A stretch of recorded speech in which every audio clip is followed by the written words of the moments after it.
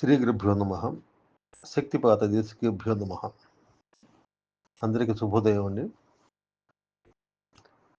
నిన్న మనం అపరాజిత స్తోత్రంలో కొన్ని శ్లోకాలు చెప్పుకున్నామండి.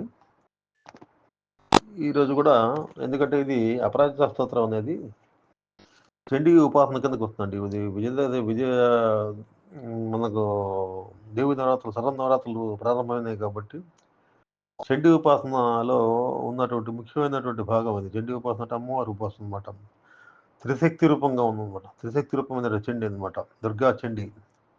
దుర్గా రూపం అంటే అమ్మవారి రూపం అంటే 3 శక్తులు కలిసి ఉంటాయండి అందులో. సరస్వతి, లక్ష్మి, పార్వతి. అంటే సత్వరజస్తమ గుణాలు ప్రత్యేకమైనటువంటి శక్తులు, 3 శక్తులు కలిసి ఉన్నటువంటి దేవతా స్వరూపం ఏదైతే ఉందో అది చండీ స్వరూపం, దుర్గా స్వరూపం అనమాట. అంటే అందులో సమస్త శక్తులు స్వరూపానికి ఉంటాయి అన్నమాట. కాబట్టి ఈ అమ్మవారి స్వరూపం, చండీ స్వరూపాన్ని, యథార్థ స్వరూపాన్ని తెలుసుకోవాలంటే మనకి ఈ 3 సూక్తాలండి. పృథ్వీ సూక్తం ఒకటి, తర్వాత అపరాజిత స్తోత్రం, తర్వాత నారాయణీ సూక్తం అండి. సర్వమంగళ మంగళ్యే శివే సర్వార్థ సాధికే అమ్మవారి ప్రార్థనా శ్లోకాలు ఉంటాయి కదా, అందులో దానికి సంబంధించింది అనమాట. అప్పుడు ఈ 3 కలిపి దీన్ని కూడా, ఈ మూడింటిని కలిపి కూడా చండీ ఉపాసన కింద చెప్పచ్చు అనమాట. చండీ మాతని మామూలుగా శ్లోకాల రూపంలో అది వేరేగా ఉంటుంది, మామూలుగా సప్తశతి అని చెప్పేది. ఇప్పుడు ఇది కూడా చండీ ఉపాసన కిందకి వస్తుంది అనమాట. ఇది కూడా మనం ఈ దేవి నవరాత్రుల్లో చెప్పుకోవడం చాలా శ్రేష్టమైనది అనమాట. అది తెలుసుకోవడం అవసరం. దేవి నవరాత్రులు, శరన్నవరాత్రుల్లో అమ్మవారి అనుగ్రహం పరిపూర్ణంగా ఉంటుంది కాబట్టి మనకి ఎప్పుడైతే యథార్థం అంటే అందులో ఉన్న శ్లోకాల్లో ఉన్నటువంటి భావాన్ని మనం అర్థం చేసుకోగలిగితే ఉపాసన కూడా చక్కగా చేయగలుగుతాం అనమాట.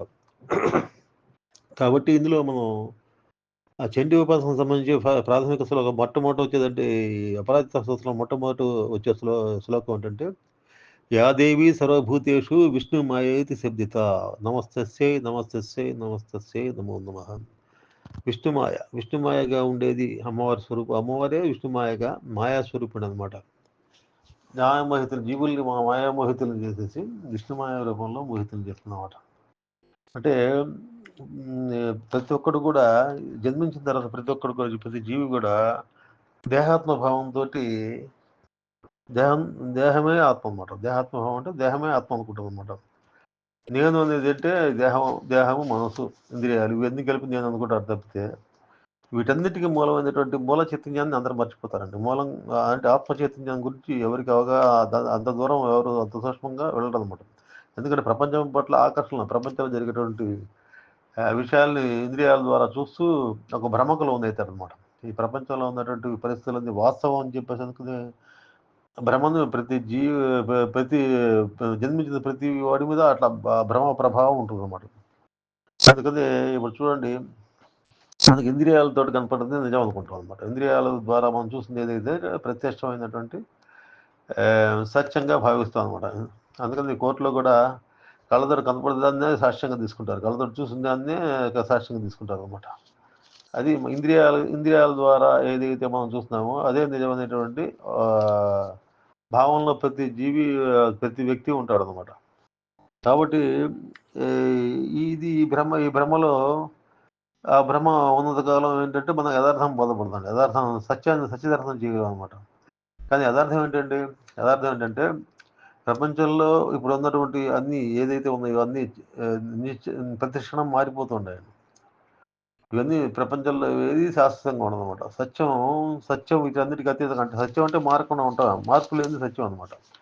కానీ ఇవన్నీ ప్రపంచంలో అన్ని పరిస్థితులన్నీ క్షణం మారిపోతూ ఉంటాయి. అది మనం గమనించాం. అది మారేటటువంటి పరిస్థితుల్లో మనం అంత సూక్ష్మంగా మనసు గ్రహించే స్థాయిలో ఉండదన్నమాట. ఎందుకని ఆలోచనలు బాగా వస్తుంటాయి కాబట్టి చిత్తంలో ఉన్నటువంటి సంస్కారాలు ఏవైతే ఉన్నాయో అవి రకరకాల ఆలోచనలు తెప్పిస్తుంటాయి అనమాట. ఒక చోట నిలకడగా కూర్చొని, స్థిరంగా కూర్చొని మనసు పెట్టి ఏం జరుగుతుందని చెప్పేసి ఎవరు ఆలోచించలేరు అనమాట. ఎందుకంటే ఆ ఫోర్స్ లోపల నుంచి వచ్చేటువంటి ఆలోచనల యొక్క తీవ్రత అంత వేగం అంత ఎక్కువగా ఉంటుందన్నమాట. ఆలోచన ప్రతి క్షణం ఆలోచనలు వస్తూ ఉంటాయన్నమాట. ఉదాహరణ తర్వాత ఉదాహరణ తర్వాత ఉదాహరణ ఆగకుండా వస్తుంటాయన్నమాట. కాబట్టి యథార్థం అనేది ఎవరు గ్రహించలేరు. అశాశ్వతమైన ఈ లోకం ఏదైతే ఉందో అది శాశ్వతమైంది అని చెప్పేసి భ్రమలో పడుతుంటారన్నమాట. కానీ యథార్థం ఏంటంటే యథార్థం వీటన్నిటికి కూడా మనం బుద్ధి చిత్త అహంకారం బయట కనబడిన ప్రకృతికి అన్నిటికీ మూలం ఏంటంటే పరమాత్మ స్వరూపం, పరమాత్మ సంవిత్ స్వరూపం అనమాట. అంటే సచ్చిదానంద స్వరూపం అనమాట. అది ఎట్లా ఉంటుందంటే నిర్గుణము నిరాకారం. నాకు ఆకారాలు లేవు, నిర్గుణమైంది. అక్కడ శక్తి తప్పితే ఇంకో వేరే ఉండదు అన్నమాట. శక్తి సంపూర్ణ శక్తి అనమాట ఉంటుంది. సత్ చిత్త అది సత్యమైంది అంటే అది మార్పు లేనిది. తర్వాత చిత్త చైతన్యం అనమాట.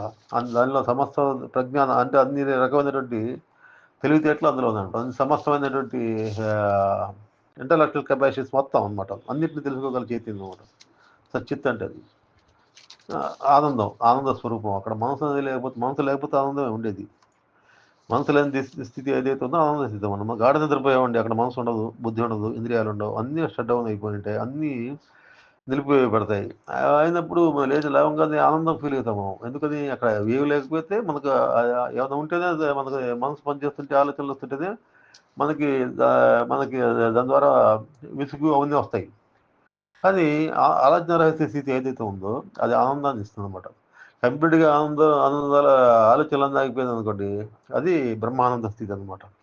నిరుకల్ప సమాస్థితి అంటారు దాన్ని. కాబట్టి అటువంటి నిరుకల్ప సమాస్థితి పొందాలంటే మనం ఇప్పుడున్న మనం జీవాత్మలో పరిధిలోకి వచ్చాం కాబట్టి దీన్ని మళ్ళీ ఏం చేయాలి? అమ్మవారి అనుగ్రహం ఏ శక్తి అయితే మనల్ని ఈ ప్రపంచంలోకి తీసుకొచ్చిందో అదే శక్తి మళ్ళీ వెనక్కి తీసుకెళ్ళడంలో సహకరిస్తేనే మనం వెనక్కి వెళ్ళగలం.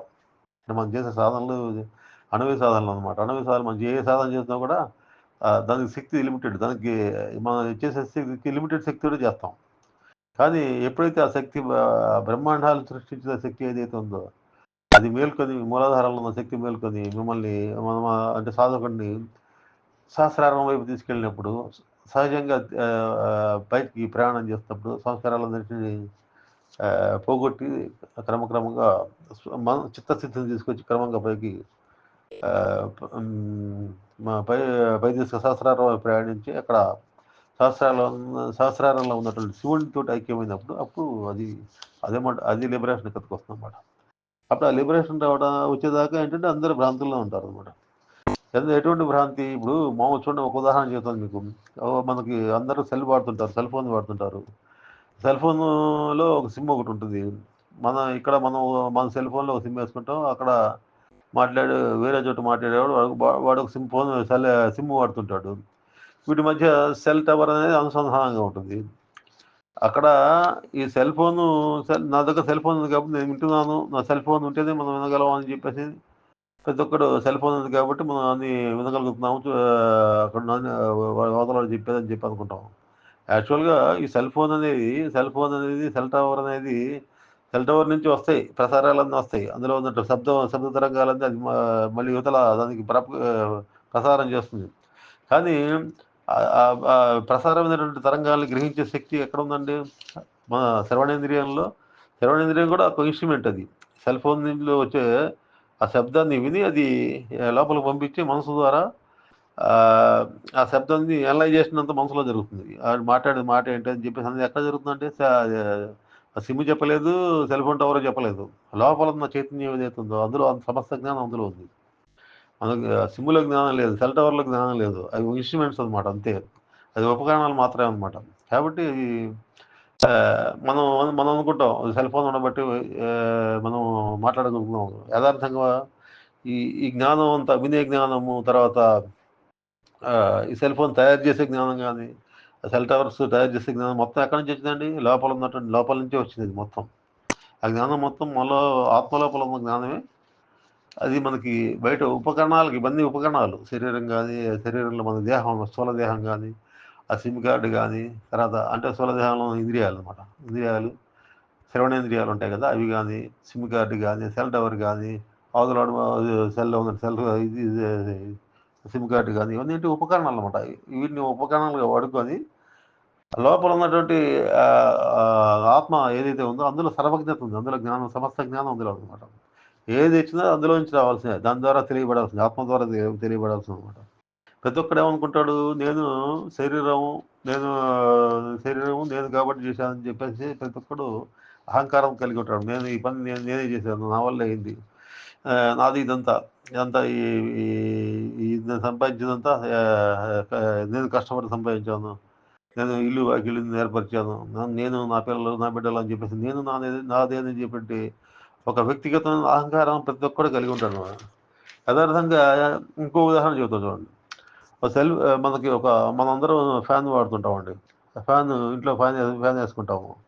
ఫ్యాన్ వేసుకుంటే వస్తుంది, గాలి వస్తుంది, చక్కగా చల్లటి గాలి తగులుతున్నాం ఒక పక్కన. ఆ ఫ్యాను అనుకుంటుంది, నేను తిరుగుతున్నాను కాబట్టి వీళ్ళందరూ గాలిని నా ద్వారా వాళ్ళు సుఖాన్ని అనుభవిస్తున్నారు,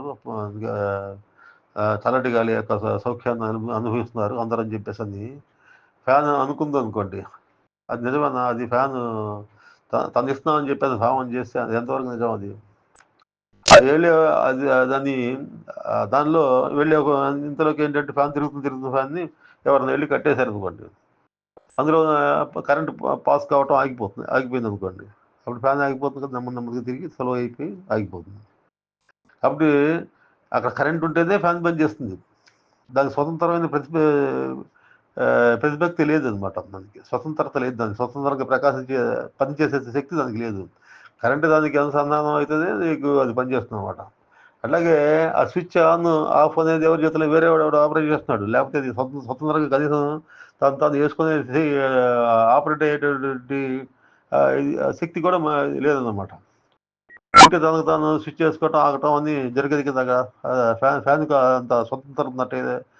అంటే స్థూల వస్తువులు, అంటే మనం కనపడేటువంటి స్థూల వస్తువులకి ఏది వేటికి అవి చేయలేము అనుకుంటాం. అట్లాగే మనం కూడా మన శరీరం చూడండి. మన శరీరంలో బాల్యం నుండి యవ్వనం, వృద్ధాప్యం అవన్నీ నీ చేతిలో ఉన్నాయి. అవన్నీ బాల్యం పుట్టడం దగ్గర నుంచి, పెరగడం దగ్గర నుంచి, పెరిగి పెద్దాడు కావటం, తర్వాత మళ్ళీ ఈ ఆలోచనలు ఇవన్నీ లోపల నుంచి మన జరిగే సమస్తం ప్రాణశక్తులు కదలికలన్నీ వాటి నీ చేతిలో ఉండవు. అవన్నీ మనకి క్రమ పరిణామం ఏదైతే ఉందో అది నీ చేతిలో ఉందా? ఉంటే నువ్వు ఆపుకోవచ్చు కదా. ప్రతి ఒక్కడు చావాలా ఎప్పుడు ఇక్కడ విశ్వంలో పుట్టిన ప్రతి ఒక్కడు ఏదో ఒక టైంలో మరణిస్తాడు. ప్రతి జీవి మరణిస్తుంది. మరి నీ చేతిలో ఉంటే నువ్వు మరణాన్ని ఆపుకోవచ్చు కదా. అట్లాగే అందరూ వృద్ధుల్లాగా ఎందుకు మారుతారు, అందరూ కుర్రాళ్ళలాగానే ఉండేవాళ్ళు అన్నమాట. కాబట్టి వీటన్నిటిని ఆపరేట్ చేసేటండి మొత్తం సమస్త విశ్వాన్ని, విశ్వంలో ఉన్నటువంటి వస్తువులన్నీ ఏవైతే ఉన్నాయో, ఆఖరి జంతువు జీవజాలంతో సహా మొత్తం అది ఒక పరమశక్తి యొక్క ఆధీనంలో ఉండి పనిచేస్తున్నాయండి. అదే భగవంతుడు, అదే ఆత్మ అన్నమాట. ఆత్మ చైతన్యం ఆ జీవులు లేకపోతే ఏది జరగదు అక్కడ. దేనికి ఇప్పుడు మనోబుద్ధి చిత్త అహంకారాలు, స్థూలదేహం ఇవన్నీ కూడా ఆ శక్తి నుంచి వచ్చినటువంటి రిఫ్లెక్షన్ వల్లనే, అక్కడి నుంచి వచ్చినటువంటి చిన్న కాంతి తరంగం వల్ల, కాంతి వల్లనే ఇవన్నీ మనగలుగుతున్నాయి అనమాట.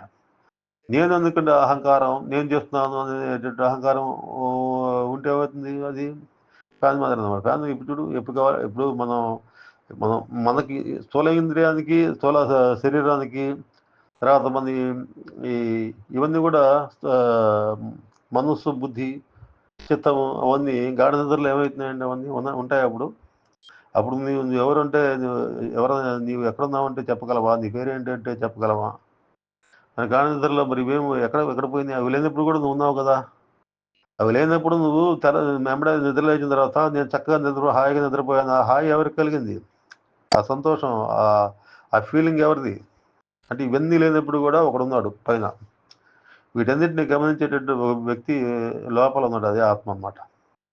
అంటే నీలో జరిగే శారీరక క్రియలు కానీ, మానసిక క్రియలు, ఇది మామూలుగా మానసిక క్రియలు కానీ అన్నీ కూడా పక్క నుండి చూస్తుంటాడు అనమాట. పక్క నుండి ఆత్మ అక్కడ ఏది కల్పించుకోడు, కానీ వీటన్నిటికీ ఆధారభూతమైనటువంటి ఆత్మ అనేది ప్రతి ఒక్క జీవిలో ఉందన్నమాట. భగవంతు స్వరూపం, భగవంతుడే ఉన్నాడు లోపల. ఆయన ఉన్నంతకాలం నీకు ఇవన్నీ పనిచేస్తుంటాయి. ఫ్యాన్కి కరెంట్ తోటి కనెక్షన్ ఉన్నంతకాలం ఫ్యాన్ తిరుగుతుందండి. భగవంతుడి చైతన్యం లోపల ఉన్నంతకాలం ఇవన్నీ పనిచేస్తుంటాయి అనమాట. మనం ఇవన్నీ ఆలోచించకుండా అందరూ భ్రమపడేది అంటే, భ్రాంతి అంటే అదే అనమాట. అదే ఒకసారి చిన్న కథ చెబుతారండి మన పురాణాల్లో కూడా. నారదుడు ఒకసారి విష్ణుమాయని గురించి విని మానవులందరూ మాయా అది ప్రభావంతో ఉన్నారు కదా, అసలు విష్ణుమాయ ఎలా ఉంటుంది అనేది అడుగుతాడు ఒకసారి విష్ణుమూర్తిని.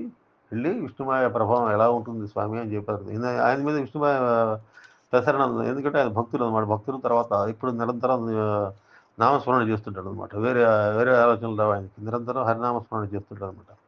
ఆయన విష్ణుమూర్తిని అడిగితే ఎమ్మడే ఆయన చూస్తా నవ్వునవి అయితే చూడు అని చెప్పి అంటాడు అనమాట. అదే వెంబడే నారదుడికి ఒక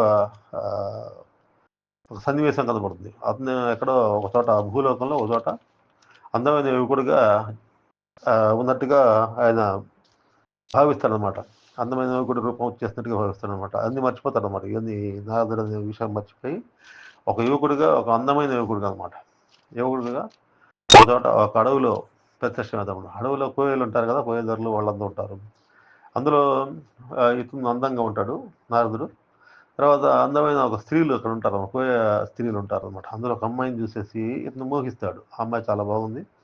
ఇతను కుర్రాడు కాబట్టి ఎప్పుడే కోయ ద్వారా ఏం చేస్తాడంటే ఆ అమ్మాయిని ఇచ్చి పెళ్లి చేసేసి గూడానికి నాయకుడిని చేస్తాడు అనమాట. నారదుడు ఏం చేస్తాడు, ఇక ఇవన్నీ మర్చిపోతాడు. అది వరకు ఉన్నటువంటి ఇది స్వస్థితిని మర్చిపోతాడు అనమాట. మర్చిపోయి అందులో మాయలో భ్రాంతిలో పడిపోతాడు. అప్పుడు పడిపోయి ఇంకా అదే అడవిలో రాజ్యం చేస్తూ సుఖాలను అనుభవిస్తూ పిల్లల్ని కంటాడండి ఆయన. పిల్లల్ని కన్న తర్వాత ఒకసారి అది నది ఒడిన ఉండేటువంటి ఒక అడవి అన్నమాట. అది నదికి వరదలు వస్తాయి.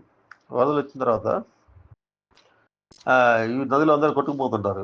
నారదుడు ఏం చేస్తారు, భార్య బిడ్డలను తీసుకొని ఇక ఎట్లయినా ఈదుకొని అవతల బయటపడటానికి ప్రయత్నం చేస్తుంటారు అనమాట. వరద ఉధృతికి ఏమవుతుంది, ఈయన చిన్న పిల్లల్ని పట్టుకోవడం కష్టమై చిన్న పిల్లల్ని వదిలేస్తాడు అనమాట. అక్కడ చిన్న పిల్లల్ని ఇంకా భార్య ఉంటే చాలు, మళ్ళీ కావాలంటే మనకి పిల్లలు మళ్ళీ ఎప్పుడైనా మనకి సంతానం అనేది ఎప్పుడైనా మన సంతాన భాగ్యం ఎప్పుడైనా పొందవచ్చు, భార్య ఉంటే చాలు అనుకొని భార్యను పెట్టుకొని ఈదుతుంటాడు అనమాట. ఇక వరద ఉధృతి ఎక్కువైన తర్వాత ఆ భార్య కూడా వరద ఉధృతిలో కొట్టుకుపోతుంది అనమాట. కొట్టుకుపోయిన తర్వాత ఈయన ఒక్కడే ఈదుకుంటూ అవతలకి వెళ్ళి నా సంసారము, మా పిల్లలు అందరూ పోయారు అని చెప్పేసి అది పెద్దగా రోధిస్తూ ఉంటుంటాడు అనమాట. పెద్దగా ఏడుస్తూ ఉంటాడు అనమాట. ఏడుస్తుంటే అప్పుడు విష్ణుమూర్తి తడతాడు. నారద ఏంటి ఏంటి అది కలరుస్తున్నావు అని చెప్పి అని అంటాడు. అంటే అది మామూలుగా యథార్థ స్థితిని మర్చిపోవడం అంటే అదనమాట. విష్ణుమాయ అంటే అట్లా ఉంటుందన్నమాట. విష్ణుమాయ అంటే ఒక్కసారి కనుక మనం ఈ దీనిలో ఈ ప్రపంచంలోకి వచ్చామంటే ఈ ఇంద్రియాలకి శరీరానికి మనం కనెక్ట్ అయిపోతాం అనమాట. శరీరం ఇంద్రియాల ద్వారా చూసే ప్రపంచమే యథార్థం అని చెప్పేసి అని అందరూ భ్రమలోకి వచ్చేస్తారు అనమాట. ఆ భ్రమ అంటే ఈ ఉన్నతమైనటువంటి చైతన్య స్థితుల నుంచి దిగువ స్థితికి వచ్చినప్పుడు జరిగేది ఏంటంటే మనం మన ఒరిజినల్ తత్వాన్ని మర్చిపోతాం అనమాట. మన తత్వం ఏంటంటే అందరిలో ఉన్న ఆత్మతత్వమే అందరిది. అందరిలో ఉంది ఆత్మే అమ్మ. అన్ని అన్ని చోట్ల ఆత్మే ఉంది. ఆత్మ లేకపోతే అసలు మన ప్రపంచంలో ఏదీ లేదు. ఆత్మ ప్రతి ఒక్కరిని నడిపించేది కూడా ఆత్మశక్తే. కానీ అర్థం ఎందుకు కాదు? దిగువ స్థాయికి వచ్చినప్పుడు మన అందులో చైతన్య స్థాయిల నుంచి హయ్యర్ నుంచి దిగువకు వచ్చినప్పుడు ఏమవుతుందంటే మనసు ద్వారా వాళ్ళు అనేది ఏర్పడుతుంది. చిత్తము సంస్కారాలు, ఆ చిత్త భ్రమలు ఇవన్నీ వస్తాయన్నమాట. చిత్తం ద్వారా, మనసు ద్వారా, ఇంద్రియాల ద్వారా దాన్ని ఆస్వాదించడం అనమాట. ఇదే యదార్థం. ఇంద్రియాల ద్వారా మనం ఏదైతే అనుభవిస్తున్నామో అది యదార్థం అనుకుంటారు ప్రతి ఒక్కళ్ళు. రకరకాల రుచులకు అలవాటు పడతారు, రకరకాల దృశ్యాలకు అలవాటు పడతారు, వాటిలో ఆనందం పొందుతుంటారు. ఆనందం కొంచెం చోట మంచి సినిమా చూస్తే ఆనందం కలుగుతుంది, మంచి ఆహారం తెచ్చుకుని తింటే ఆనందం కలుగుతుంది అనమాట. అట్లా ఏంటంటే ఇంద్రియాల పరిధిలోకి వచ్చేస్తాడు మనిషి. ఇంద్రియాల పరిధిలోకి వస్తాడు. ఇంద్రియాల ద్వారా వచ్చే సుఖాలు ఏవైతే అదే శాస్త్రం అనుకుంటాం. ఆ సుఖాలను పొందాలని చెప్పేసి ఏసీలు రూములు పెట్టించుకోవడం కానీ, చక్కటి పెద్ద పెద్ద ఇల్లు కట్టించుకోవడం, అందులో ఏసీ రూములు, సేవకులు అందరిని పెట్టుకొని అనుభవించాలని చెప్పేసి అనుకుంటాడు అనమాట. ఇవన్నీ వదిలిపెట్టి పోవాల్సిన పరిస్థితులు వస్తాయండి. ఎందుకంటే ఇక్కడ ఏది ఎవరి శాస్త్రం కాదు. ఇక్కడ ఉన్న పరిస్థితులు నిరంతరం మారుతుంటాయి అనమాట. ప్రతి క్షణం పరిస్థితుల్లో మార్పులు వస్తుంటాయి. అట్లా మన శరీరంలో కూడా మార్పులు వస్తుంటాయి. మన శరీరంలో కూడా బాల్యం నుంచి యవ్వనం వరకు, యవ్వనం తర్వాత వృద్ధాప్యం వరకు క్రమంగా అది శిథిలం అయిపోతుంటుంది. పరిస్థితులు అట్లా ప్రపంచంలో ఉన్నటువంటి పరిస్థితుల్లో కూడా నిరంతరం మార్పులు వస్తాయి. కానీ ఈ ఇంద్రియాల పరిధిలో ఉన్నటువంటి వ్యక్తి జీవుడు ఏం చేస్తాడంటే ఇది కనపడే ప్రపంచం యథార్థం అని చెప్పి అనుకుంటాడనమాట. యథార్థ స్థితుల నుంచి బయటికి రాలేడనమాట. కాబట్టి ఇది విష్ణు మాయ అంటే అదనమాట. మరి ఈ మాయ నుంచి బయటపడటానికి మన వాళ్ళు మనం దీనికి మనకి ఋషులు ముందులో ఏం చెప్పారంటే ఉపనిషత్తుల్లో తర్వాత మన వేదాల్లో చెప్పిన 4 మహావాక్యాలు ఉన్నాయండి. ఋగ్వేదంలో, తర్వాత యజుర్వేదంలో, సామవేదంలో, అధర్వణ వేదాల్లో 4 వాక్యాలు చెప్పారండి.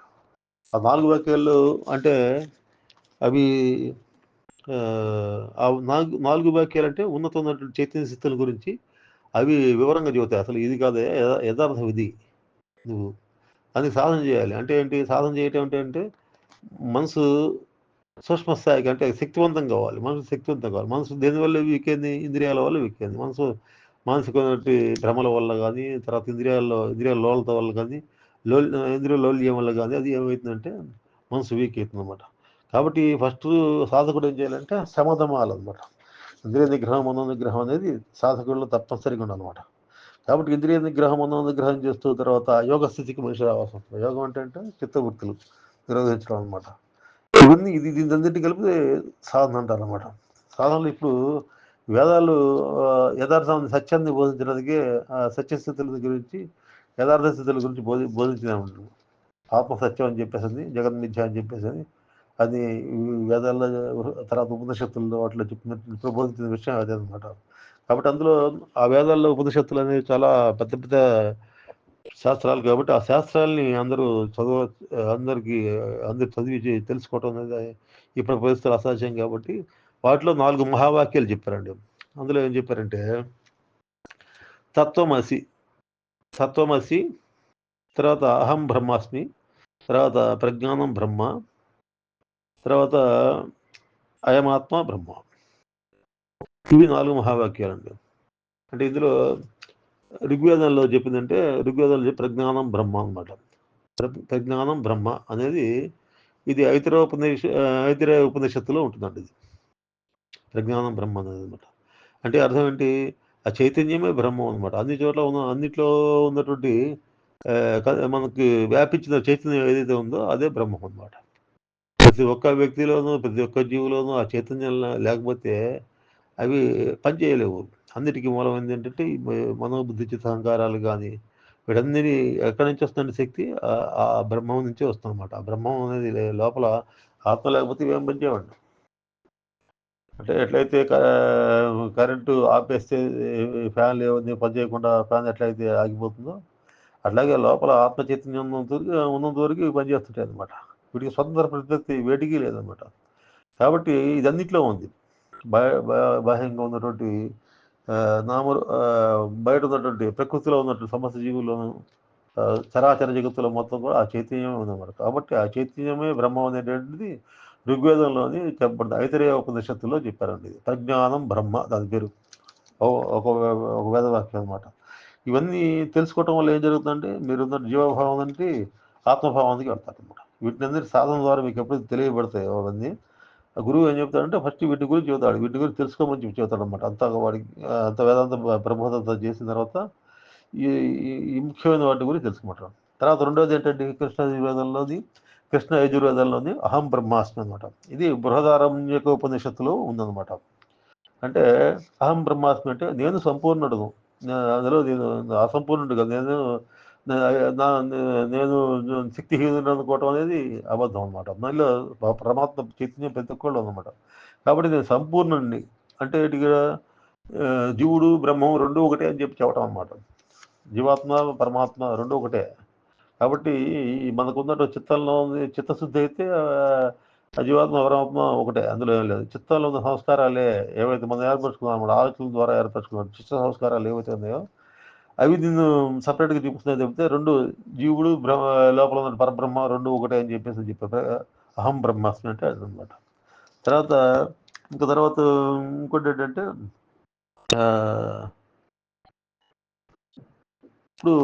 ఇప్పుడు చూడండి, అన్నీ ఒకటే అని చెప్పేసి ఇంకో ఉదాహరణ ద్వారా మనం తెలుసుకోవచ్చు. ఎట్లాగంటే ఒక చెట్టు యొక్క ఆకులు ఉంటాయండి. ఒక చెట్టు ఉంటుందండి, చెట్టుకి వేళ్ళు ఉంటాయి, ఆకులు ఉంటాయి, అన్నీ ఉంటాయి అన్నమాట. ఇప్పుడు మన జీవాత్మ కానీ, ఇందులోని జీవులు కానీ, సమస్త చరాచర జగత్తు కానీ, ఆ చెట్టు ఆకులకి సంబంధించిన ఆకులు గాను, కొమ్మలు గాను, తర్వాత మళ్ళీ వేళ్ళు గాను, అందులో ఉన్న వేరులో చిన్న అంశం జీవాత్మ అనమాట. అంత పెద్ద వృక్షంలో చిన్న అంశం జీవాత్మ అనమాట. ఆకులైనా దానికి విడిగా ఉండలేవు, చెట్లో భాగం కనుక వస్తాయి అనమాట. కాబట్టి ఇవి మీరు ఎంత చిన్న దశలో ఉన్న చిన్న సూక్ష్మ స్థితిలో ఉన్నా కూడా ఆ చెట్లో భాగమే ప్రతి ఒక్కరు కూడా. చిన్న జీవి కానీ, చిన్న సూక్ష్మజీవి కానీ, లేకపోతే ఒక ఇది కానీ చెట్లు వేర్ల దగ్గర నుంచి ఆకుల దగ్గర నుంచి ఒక సమస్తం చెట్టే కదా, చెట్టే అంటాం. ఒక చెట్టు అంటే సమస్తం కలిపితే చెట్టు అనమాట. కాబట్టి విశ్వంలో ఉన్న సమస్తం కూడా ఆ బ్రహ్మం నుంచి వచ్చింది అనమాట. బ్రహ్మంలో భాగాల కింద తీసుకోవాలన్నమాట. కాబట్టి నేను కూడా బ్రహ్మంలో భాగం అనమాట. నేను నాకు సపరేట్గా అనేది, నేను సపరేట్ అనేది లేదనమాట. సపరేట్గా వ్యక్తిత్వం ఫీల్ అవుతున్నాం, కానీ మనం కూడా బ్రహ్మంలోనే భాగం అనమాట. ఎందుకని లోపల బ్రహ్మం అంటే బ్రహ్మ స్వరూప శక్తి ఉంటేనే మనం అన్ని చేయగలుగుతాం అనమాట. కాబట్టి మనం కూడా బ్రహ్మ యొక్క అంశం మనలో ఉండదు, పరబ్రహ్మ యొక్క అంశం మనలో కూడా ఉంది. కాబట్టి మనకి ఆయనకి తేడా లేదు. కాబట్టి నేను బ్రహ్మాన్నే, పరబ్రహ్మ స్వరూపాన్ని అని చెప్పేసి బృహదారణ్యక ఉపనిషత్తు చెబుతుంది. కృష్ణ యజుర్వేదం సంబంధించినటువంటి ఉపనిషత్తు అందులో ఉంటుందన్నమాట ఈ ఉపనిషత్తు అనమాట. తర్వాత ఇంక రెండోది, ఇక మూడోది ఉందండి. మూడోది ఏంటంటే తత్వమసి. అంటే తత్ అంటే అది, త్వం అంటే నీవై, అసి అంటే ఉన్నావు, అది నీవై ఉన్నావు అంటే ఆత్మ నువ్వే అని చెప్పడం అనమాట. ఆత్మ తప్పితే మనం నువ్వు వేరే జీవాత్మ అని చెప్పి అనుకున్నావు, కానీ నీలో ఉంది కూడా అదే తత్వం, ఆత్మతత్వమే ఉందని చెప్పి చెప్పడం అనమాట. కాబట్టి తత్వమసి అంటే ఇది సామవేదంలోని ఛాందోగ్య ఉపనిషత్తులో ఉందండి. సామవేదానికి మూలం ఏది, తత్వమసి అనే వేదమంత్రానికి మూలం ఏదంటే సామవేదం అనమాట. ఛాందోగ్యోపనిషత్తులో దీని గురించి చెప్పారనమాట. కాబట్టి సృష్టికి ముందర ఏదైతే నామరూపరహితాలైనటువంటి నిర్గుణ పరబ్రహ్మం ఉంది కదా, అదే నిర్గుణ పరబ్రహ్మము తర్వాత కూడా అది ఒకటే ఉంది, వేరుగా అదే ఉంది. తర్వాత కూడా ఈ కనపడే సమస్త సృష్టి కూడా ఆ నిర్గుణ పరబ్రహ్మంలో నుంచి వచ్చాడు, చైతన్య స్వరూపమే తప్పితే ఆ నిర్గుణ పరబ్రహ్మానికి వేరుగా లేదనమాట. ఆత్మలో ఆత్మ అనేది అనంతం అన్నమాట. అంటే దానికి ఆది అంతాలు లేవు, ఆత్మలో ఉన్న సర్వం అందులో ఉంది. కాబట్టి ఆత్మను మనం డివైడ్ చేయలేము. ఆత్మ ఆత్మ తప్పితే రెండోది లేదు అన్నప్పుడు ఇప్పుడు మన ప్రపంచం కూడా అందులోనే వస్తుంది కదా. ప్రపంచంలో ఉన్నటువంటి కనపడే వస్తువులు నామరూపం సంబంధించిన సమస్తం కూడా ఆత్మలో భాగంగానే చూడాల, ఆత్మలో భాగమే, అంతేకాని ఇక్కడ విడిగా ఉంటుంది లేదు. కాబట్టి ఈ సృష్టికి ముందర ఆ నామరూపరహితమైన భోగస్వరూపం ఉంది. తర్వాత కూడా ఈ వ్యక్త రూపంలో కూడా అందులో భాగమే ఆ రహితమైనటువంటి ఆ పరబ్రహ్మ స్వరూపంలో కొంచెం చైతన్యం కలగటం వల్ల ఇవన్నీ ఏర్పడ్డాయి అనమాట. నామరూప జగత్తంతా ఏర్పడింది అనమాట. కాబట్టి ఎక్కడి నుంచి వచ్చినాయి, చైతన్య శూన్యం నుంచి వచ్చినాయి, మళ్ళీ శూన్యంలో లయం అవుతుంటాయి. చనిపోయిన టైం అయిపోయిన తర్వాత ఏమైందంటే ఒక్కొక్కటి నక్షత్రాలు కానీ ఇవి కానీ కృష్ణ బలాల్లోకి ఒక్కొక్కటి వెళ్ళిపోతుంటాయి అన్నీ. అట్లాగే ఏంటంటే మనకి లిమిట్ ఉంది అన్నమాట. టైం లిమిట్ ప్రకారం ఇక్కడ ఒక రిజం ప్రకారం మొత్తం జరుగుతుంటాయి. ఆ చైతన్యమే వీటన్నిటిని సృష్టించి మళ్ళీ ఆ చైతన్యంలోకి అన్ని వెళ్ళిపోతుంటాయి అనమాట. చనిపోయిన మనిషి ఎట్లయితే పుట్టుక ఎట్లయితే వస్తుందో, చనిపోయాడు అట్లా పంచభూతాల్లో మళ్ళీ కలిసిపోతాడు అనమాట. అంటే కాబట్టి ఈ సృష్టికి ముందర ఏదైతే ఉందో తర్వాత కూడా అదే ఉన్నది అని చెప్పేసి ఇది చెబుతున్నాండి. తత్వమసి అనమాట. తత్వమసి అంటే తత్ అంటే అది, త్వం అంటే నీవై, అసి అంటే ఉన్నావు అని అర్థం అనమాట. తర్వాత నాలుగోది ఏంటంటే అయమాత్మ బ్రహ్మ. ఇది అథర్వవేదంలో ఉందండి. అథర్వవేదంలో మాండుక్య ఉపనిషత్తులో ఉందండి. అంటే నా ఆత్మయే బ్రహ్మము అని అర్థం అనమాట. అంటే ఈ ఈ మామూలుగా నాలో ఉన్న ఆత్మ ఏదైతే ఉందో అది పరబ్రహ్మ స్వరూపమే. కాబట్టి దానికి పరబ్రహ్మానికి ఎన్ని క్వాలిటీస్ ఉన్నాయో నాలో ఉన్న ఆత్మ కూడా అన్ని క్వాలిటీస్ ఉన్నాయన్నమాట. నేను దేహానికి పరిమితం అయిపోయి, నా శక్తి లిమిటెడ్ అనుకొని నేను ఇంద్రియాలకు పరిమితం అయిపోయి, ఈ బాధల మనసు ద్వారా సృష్టించబడిన ప్రపంచానికి మనం తోటి అటాచ్మెంట్ పెట్టుకొని మనం ఏంటంటే పునరభి జననం మళ్ళీ మళ్ళీ తిరిగి జన్మిస్తాం అనమాట. యథార్థంగా ఏంటంటే నాలో ఉన్నటువంటి ఆత్మయే బ్రహ్మము. ఇవన్నీ తెలుసుకున్నప్పుడు ఏమవుతుందంటే ఉన్నతమైనటువంటి ప్రజ్ఞాస్థితులు అనమాట ఇవన్నీ. ఉన్నతమైన ప్రజ్ఞాస్థితులు మనకు ఎప్పుడైతే ఏర్పడతాయో అప్పుడు విష్ణుమాయ అనేది మన మీద ఉన్న ప్రభావం తగ్గిపోతుంది అనమాట. విష్ణుమాయ అంటే ఏంటి, బ్రహ్మానికి దగ్గర అవుతాం, బ్రహ్మంలో మనం ఒక పార్ట్ అండ్ పార్ట్ అయిపోతాం అనమాట.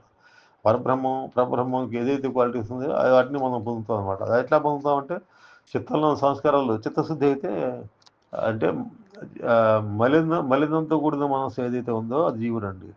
ఆ మలినాలు లేనటువంటి మనసు ఏదైతే ఉందో అది పరమాత్మ స్వరూపం అనమాట. లోపల ఎట్లా ఏర్పడిందంటే మనం చిత్తాల్లో ఉన్నటువంటి కల్మషం వల్ల మనకేమవుతుందంటే మనకు జీవస్వరూపం అనేది ఏర్పడుతుంది. ఆ కల్మషం ఎప్పుడైతే పోగొట్టుకున్నామో సాధన ద్వారా అప్పుడు మనం ఉండేది ఒకటే చైతన్యమే, యథార్థ సచ్చిదానంద రూపం అంటే పరమ ప్రజ్ఞా స్వరూపమే ఉంటుంది తప్పితే మనకి వేరే ఏమి ఉండవండి. వేరే సెపరేట్ వ్యక్తిత్వం అనేది కరిగిపోతుంది అన్నమాట. కాబట్టి అటువంటి చైతన్య స్థితులు అది ఎట్లా కలుగుతుందంటే ఆ శక్తి ఉపాసన ద్వారా. శక్తి ఉపాసన అంటే మనం ఈ అమ్మవారి స్వరూపాన్ని తెలుసుకొని మనలో ఉన్నటువంటి వ్యక్తిత్వ మూసలన్నీ, అహంకార మూసలు ఎన్నింటి ఉన్నాయో అన్నింటిని మనం కరిగించుకోవాలన్నమాట. ఆ వ్యక్తిత్వానికి సంబంధించినటువంటి లక్షణాలు ఏవైతే ఉన్నాయో అవి పోగొట్టుకోవాలన్నమాట. అహంకారపూరితంగా చేసేటువంటి, స్వార్థపూరితంగా చేసేటువంటి ఆ కర్మల్ని వదిలేసి, అరిషడ్ వర్గాలకు సంబంధించినటువంటి నెగిటివ్ ఫీలింగ్స్ని వదిలేసి, రాగద్వేషాలకు సంబంధించినటువంటి నెగిటివ్ ఫీలింగ్స్ వదిలేసినప్పుడు పాజిటివ్ ఫీలింగ్స్ ఏవైతే ఉన్నాయో, దైవీ గుణాలు ఏవైతే ఉన్నాయో, సహనం, ఓర్పు, దయ, ప్రేమ, నిజాయితీ, సత్యం, అహింస, ఇటువంటి దైవీ గుణాలు అన్నమాట ఇవన్నీ. వీటిని నువ్వు అడాప్ట్ చేసుకుంటూ వస్తే మంచి దైవీ గుణాలని క్రమక్రమంగా నువ్వు స్వస్థితిని స్వస్వరూపాన్ని తెలుసుకునేటువంటి పరిస్థితి వస్తుంది. ఇది అనమాట ఇందులో ఉన్నటువంటి విష్ణుమాయ అనే దానికి కొంచెం మనం దాని గురించి వివరంగా చెప్పుకోవడం జరిగింది ఈరోజు. రేపు ఇంకో టాపిక్ తీసుకున్నామండి. ఇందులోనే ఇంకా చెప్పాల్సిన చెబుతాం, లేకపోతే వేరే ముఖ్యమైన టాపిక్ సాధనకు సంబంధించింది ప్రాణాయామం ద్వారా, అంటే ఓంకార ప్రాణాయామం ఎలా చేయాలనేది అందులో టెక్నిక్స్, అందులో కొంచెం రహస్యమైన విధానం ఉంది. దాని గురించి వీలుగా ఉంటే ఒక వీడియో చేస్తాను రేపు. అందరూ మరి దీన్ని ఛానల్ని సబ్స్క్రైబ్ చేసుకోండి. చేసుకుంటే మీకు ఏంటంటే ఇటువంటి ముఖ్యమైనటువంటి, అంటే మనకు మహర్షులు చెప్పినటువంటి విజ్ఞానం ఏదైతే ఉందో అది మీకు తెలియబడుతుంది అన్నమాట. ఇవి వినటం వల్ల మీకు కొన్ని విషయాలు, మీకు కొత్త విషయాలు తెలుస్తాయి. సాధన గురించి సమాచారం కూడా మీకు లభిస్తుంది. అది అనుభవపూర్వకమైన సాధన అన్నమాట. నేనేదో పుస్తకాలు చూసి చెప్పడం కానీ అనుభవపూర్వకంగా నేను తెలుసుకున్నటువంటి విషయాల్ని మీకు తెలియజెప్పాను. దాన్ని శాస్త్రాల్లో ఉన్న విషయాలతోటి దాన్ని చేసి దాన్ని అన్వయించి చెప్తాం అన్నమాట మీకు. అందుకని ఇది దాదాపు అందరికీ ఉపయోగపడుతుంది. ఈ ఛానల్ 10 మందికి ఉపయోగపడాలనే ఉద్దేశంతోటి ఈ ఛానల్ని మేము స్టార్ట్ చేసాము. అందరికీ ఇర్రెస్పెక్టివ్ ఆఫ్ క్యాస్ట్, క్రీడ్, తర్వాత మళ్ళీ ఏ మార్గంలో ఉన్న వాళ్ళకైనా నేను చెప్పేటటువంటి సాధనా విధానాలు అత్యంత ఉపయుక్తంగా ఉంటాయి. కాబట్టి అందరూ చక్కగా ఈ ఛానల్ని సబ్స్క్రైబ్ చేసుకోండి. నేను ఇందులో ఏ ప్రాఫిట్ కోసం ఛానల్ పెట్టలేదండి. నేను చెప్తున్నటువంటి సాధనా విషయాలు ఏవైతే ఉన్నాయో యూట్యూబ్ ఛానల్లో ఉంటే 10 మందికి చేరతాయనే ఉద్దేశంతోటి నేను చేసేటటువంటి చిన్న ప్రయత్నం అన్నమాట ఇది. అదే గురుదేవుల యొక్క అనుగ్రహంతోటి, గురు పరంపర యొక్క అనుగ్రహంతోటి మీకు చెప్పగలుగుతున్నాను. అది మీరందరూ దీన్ని ఆదరిస్తారని ఆశిస్తూ ఈరోజుకి స్వస్తి అండి.